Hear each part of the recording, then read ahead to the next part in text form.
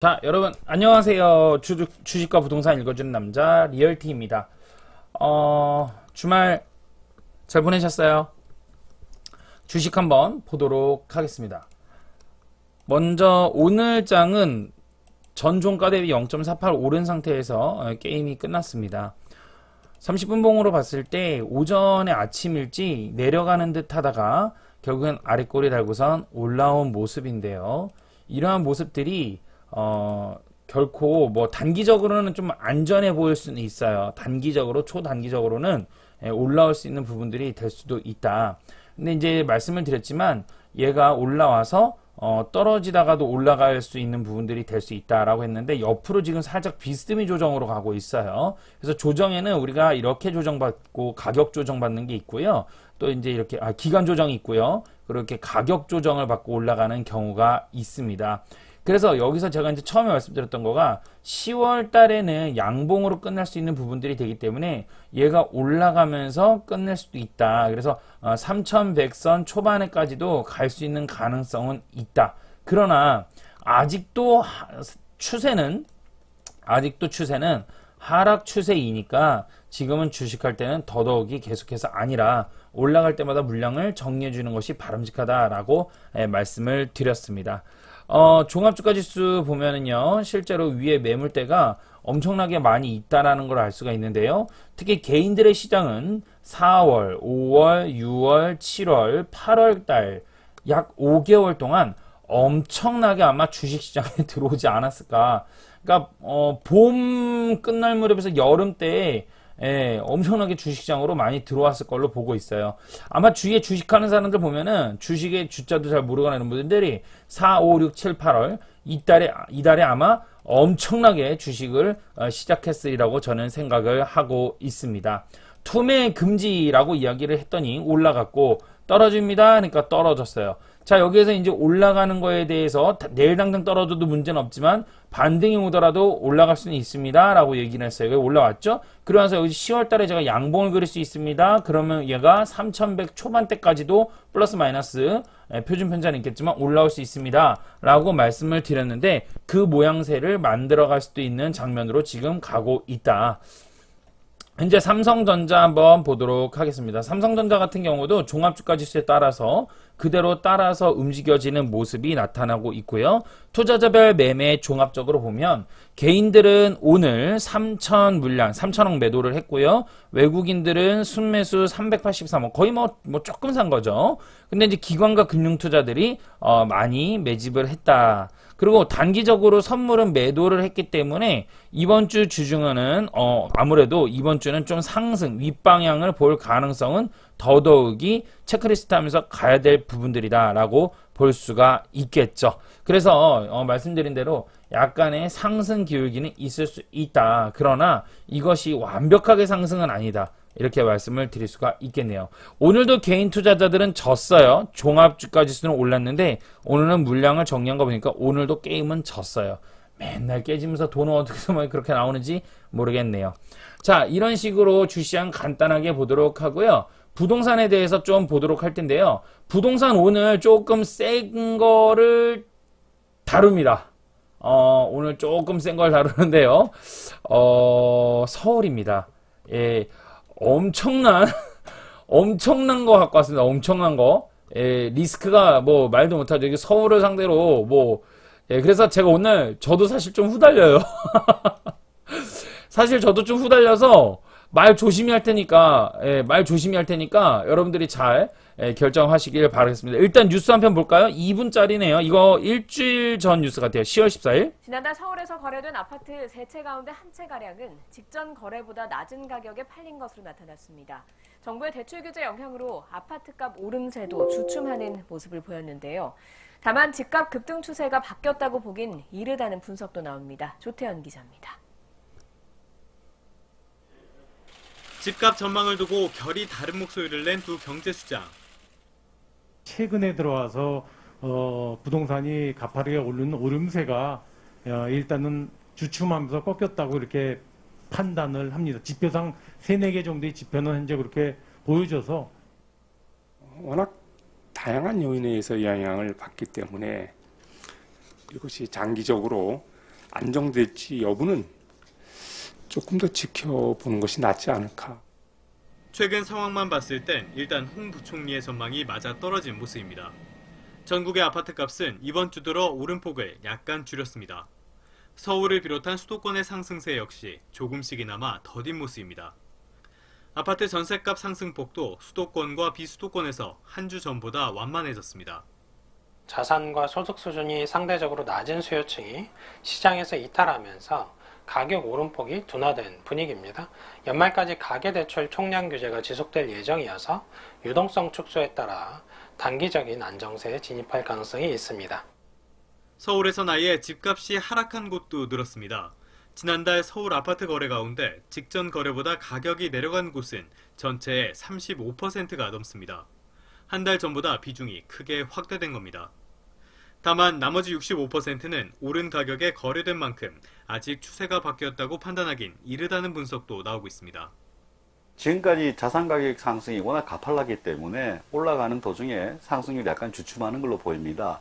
특히 내년 여름까지 계약갱신 청구권이 한번 도래할 때까지는 수급 요인상 상승 요인이 훨씬 많기 때문에 계속적으로 올라갈 가능성이 높다. 정부는 공급 확대라는 신호를 시장에 계속 보내고 있습니다. 오는 25일부터 시작되는 수도권 신규 택지에 대한 2차 사전 청약이 대표적인 사례입니다. 모두 11개 지구의 만여 가구로 분양가는 주변 시세의 60에서 80% 수준으로 책정됐습니다. YTN 조태현입니다. 네, 이렇게 해가지고 뉴스가 나왔었어요. 뉴스가 나왔었는데, 오늘 또 뉴스 나온 거 한번 보도록 하겠습니다. 오늘 뉴스 나온 거 보면은요, 10월 25일 좁혀지지 않는 매도와 매수, 호가 갭, 서울 아파트 매물 쌓여간다. 이렇게 올라왔거든요. 그리고, 수도권 아파트 한번 볼까요, 우리 뉴스? 수도권 아파트 거래 절벽 상황이 이어지는 가운데 서울의 아파트 총 매물 건수, 매매나 전월세가 9만 건을 넘어섰다. 총 매물 건수가 많아졌대요. 지난해 8월 정부가 부동산 허위 매물에 대한 규제를 강화하며 거품이 거친 이후 총 물건수가 9만 건을 웃도는 것은 이번이 처음이다.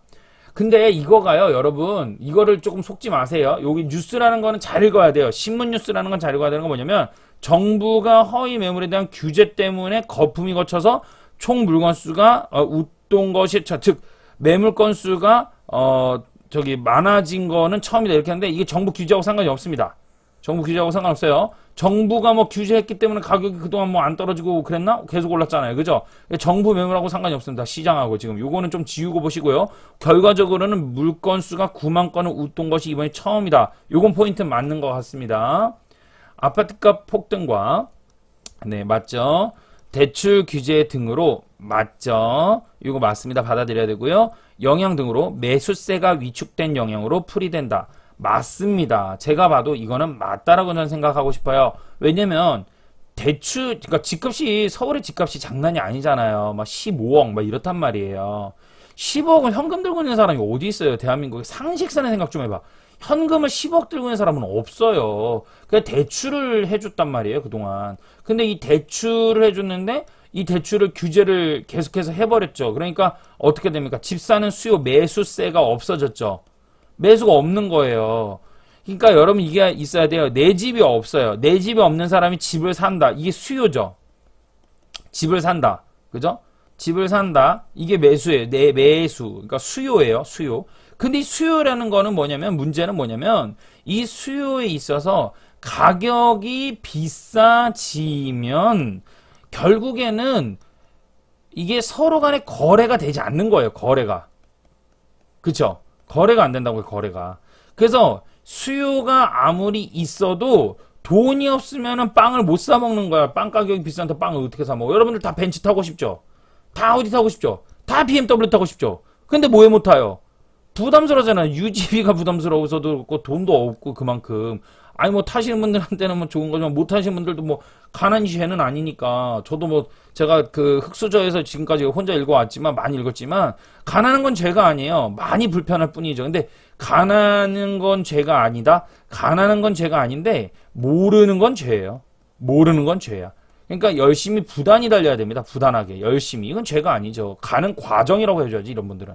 칭찬합니다. 그러니까 앞으로 우리 이제 이 리얼티 영상에서 많은 것들을 다룰 때 그릇에 대한 부분들을 좀 많이 이제 이 마인드에 대한 부분들을 점점 이제 해 나갈 수도 있다라고 말씀을 드리고 싶어요. 그래서 어쨌든 다시 본론 들어와서 내가 좋은 차 타고 싶은데 서울을 살고 싶어. 근데 못 사는 이유는 뭐예요? 비싸니까. 가격이 비싸다. 아닐 비자. 싸다가 아닌 싸지 않다잖아. 이게 비싸다잖아. 그죠? 싸지 않다에 비싸다잖아. 이렇게 말하는 것보다도 정확히 말해야지. 서울의 가격은 높다예요. 높다. 안 싸다야. 비싸다는. 안 싸다잖아. 물론 이 표현이 어원이 우리가 말하길 안 싸다 이 얘기는 정상가일 수도 있다는 얘기야. 그죠? 정상가일 수도 있다는 얘기야. 근데 제가 말하고자 하는 말의 의도는 정상가가 아니에요. 매우 가격이 높게 되어 있다. 이 얘기라는 거지. 이렇게 전달을 좀 명확히 하고 싶어서요. 그랬습니다. 자, 다만 이 같은 매물 증가 속도에서도 서울 아파트의 평균 매매가는 12억 원을 넘어서는 이게 평균가요, 평균가. 등 오름세가 계속되면서 수요는 상대적으로 저렴한 빌라로 이제 대체품으로 몰려가고 있는 것입니다. 지금 현재요. 쌓이는 매매 물건 한 달 새에 몇 퍼센트? 20% 급증. 25일 부동산 정보 플랫폼 아실에 따르면 지난 23일 기준에 23일 기준 서울의 아파트 총 매물 건수는 9만 168건을 기록했다. 허위 매물 규제로 총 매물 건수가 지난해 5만 건대로 바닥을 찍은 지 1년 만이다. 보세요. 허위 매물 규제로 인해 가지고 총 매물 건수가 지난해에는 5만 건대였는데 지금은 매물이 9만 168건으로서 거의 그러니까 근더블이죠. 근더블. 그죠? 80%가 더 증가된 거예요. 바닥을 찍은 지 1년 만에 이렇게 증가됐다. 주목되는 것이 하나 있는데 매매 물건의 증가세다. 이게 뭐예요, 여러분? 그러니까 이게 뭐죠? 매매 물건의 증가세. 즉 공급이 많아졌다는 얘기예요. 공급이. 이러면 이제 문제가 생기는 거죠. 드디어. 그렇죠? 지금까지 문재인 정부 들어와 가지고는 뭐가 부족했냐면 공급이 부족했기 때문에 가격은 계속해서 올랐던 거예요. 공급 부족 때문에 가격은 올랐었어요. 그렇죠? 근데 아파트 실질적으로 104%는 이미 넘어섰거든요. 이 아파트가 아니라 주택 보급률은 이미 104%를 넘어섰어요. 98년도에도 이미 102%는 넘어섰다 그랬단 말이에요. 그런데 제대로 된 이거 물론 이 조사가 좀 잘못됐다라는 이론, 부동산 이론들도 있어요. 저도 그거에 좀 동의하는 케이스인데 다시 돌아와서 어쨌든 간에 현재 매매 물건이 증가되었다라는 거예요. 그러면 시장에 공급이 많다는 얘기는 그러면 저기 시장 가가지고 저기 고사리 팔러 나온 할머님들이 한 분이었어. 고사리 팔러 나온 할머니가 한 분이었는데 이제는 할머니가 이거 하나만 팔았었는데 한 할머니가 3개를 갖고 오고 옆에 할머니가 또 3개를 갖고 오고 또 할머니가 하나 갖고 오고 또 할머니가 2개를 갖고 나오신 거예요. 매물이 많아진 거죠. 지금 고사리를 빨리 팔아야 될 거 아니야. 그죠? 썩으니까. 안 그럼 빨리 팔아야 될 거 아니야. 근데 이렇게 질문하면 어떡해요? 리얼티님 아파트는 안 썩는데요. 에이 무슨 말씀이요? 대출 이자가 압박을 쪼이잖아요. 그죠? 그 계속 버티면 어떻게 되는 거예요? 결국에는 가격은 다운시켜서 빨리 떨이려면 가격은 떨어질 수밖에 없는 거죠. 그래서 매물의 증가, 물건의 증가, 이거 되게 무서운 말이거든요. 지난달 가진 분들에게는 두려울 수 있고요. 이미 저점에서 잡아서 수익 나신 분들한테는 덜 두렵고 없는 분들에게는 기회가 올 수 있는 징조일 수도 있어서 좋은 얘기일 수도 있겠죠.